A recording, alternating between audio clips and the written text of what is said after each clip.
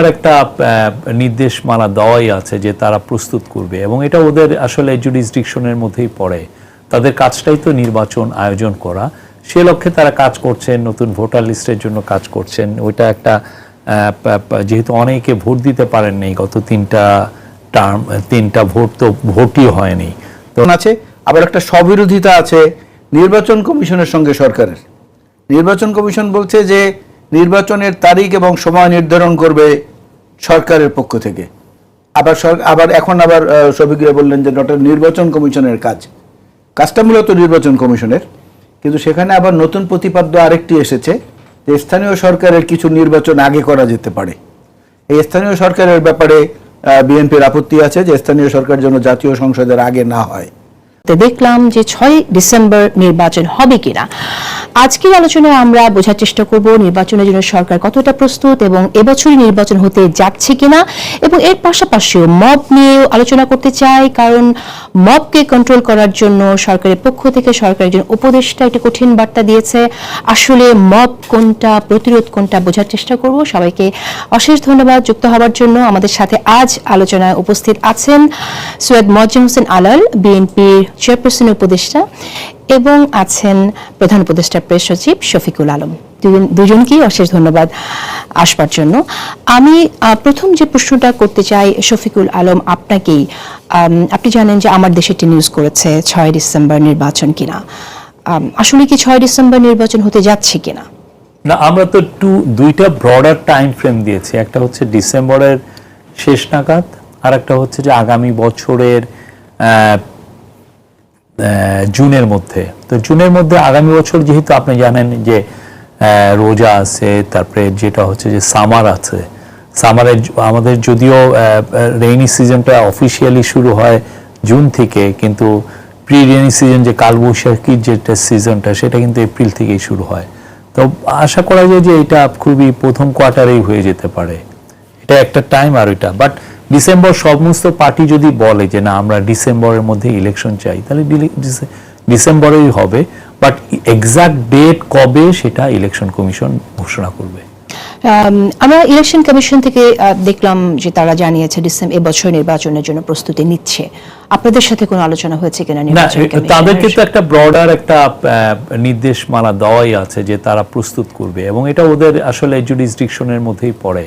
তাদের কাজটাই তো নির্বাচন আয়োজন করা, সে লক্ষ্যে তারা কাজ করছেন, নতুন ভোটার লিস্টের জন্য কাজ করছেন। ওইটা একটা যেহেতু অনেকে ভোট দিতে পারেননি গত তিনটা ভোট, তো ভোটই হয়নি। তো ইয়াং অনেক ছেলে মেয়ে, এটা 50 লক্ষ কেউ বলছেন, তারা ভোটার লিস্টেও নেই। আবার আরেকটা হচ্ছে যে যারা ভোটার লিস্টে ছিলেন এদের মধ্যে অনেকে মারা গেছেন।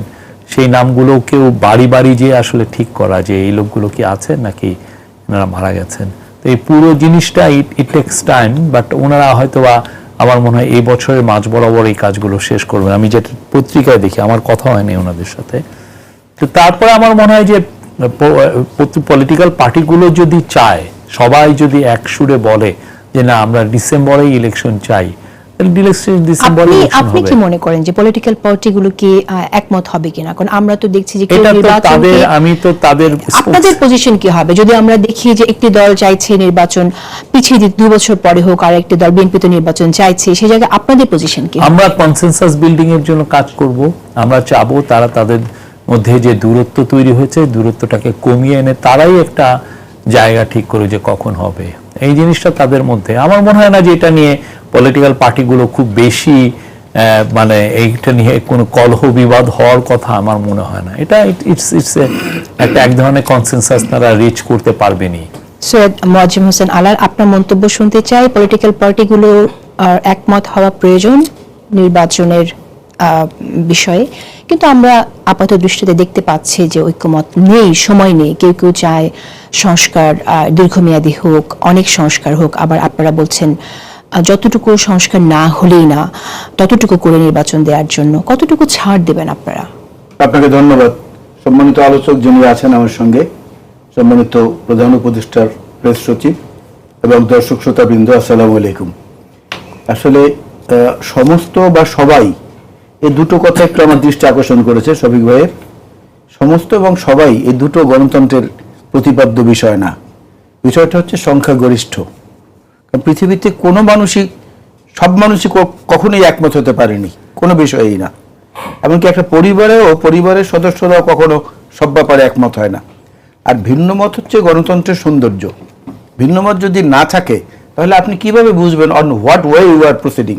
সুতরাং এই সমস্ত এবং সবাই এই দুটো যদি প্রতিপাদ্য বিষয় হয় সরকারের পক্ষ থেকে, তাহলে আমি মনে করবো যে এই জায়গাটায় সংশোধনীর প্রয়োজন আছে, যে না সংখ্যাগরিষ্ঠরা আসলে কি চায়, রাজনৈতিক দলগুলোর মধ্যে যারা আছেন তাদের মধ্যে বেশিরভাগ কোনটা চায় সেইটাকে আলোচনার মধ্যে গ্রহণ করা।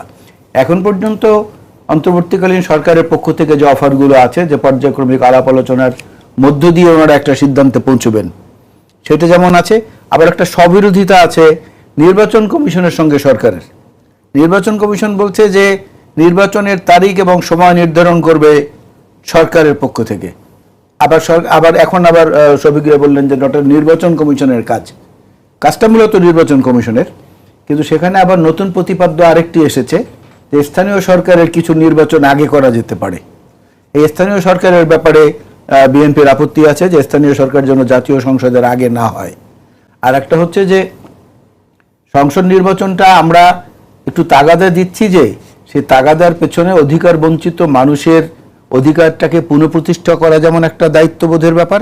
আর একটা বিষয় হচ্ছে যে আমরা যেহেতু এই দেশের জন্য অতীতে দেশ পরিচালনাকালীন সময়ে কিছু কিছু ভালো কাজ করেছি, মানুষের প্রত্যাশাটা আমাদের কাছে অন্য দলের চেয়ে অনেক বেশি, সেই কারণে আমরা তো চাবই যে তাদের অধিকারের সম্মতিটা নিয়ে তারপরে আমরা দেশটা পরিচালনা করি, যাতে বর্তমানে যে বিশৃঙ্খলা বা বিভিন্ন জায়গায় যে সচেতন উদাসীনতা বা অবহেলা বা স্বেচ্ছাচারিতা আছে, এগুলোকে সঠিক করার জন্য, এগুলোকে শুধরে দেওয়ার জন্য বা প্রয়োজনে দমন করার জন্য একটা নির্বাচিত সরকারের যে ক্ষমতাটা থাকে, একটা অন্তর্বর্তীকালীন সরকার কিন্তু সেই ক্ষমতাটা দেখাতে পারে না, দুর্নামের ভয় থাকে।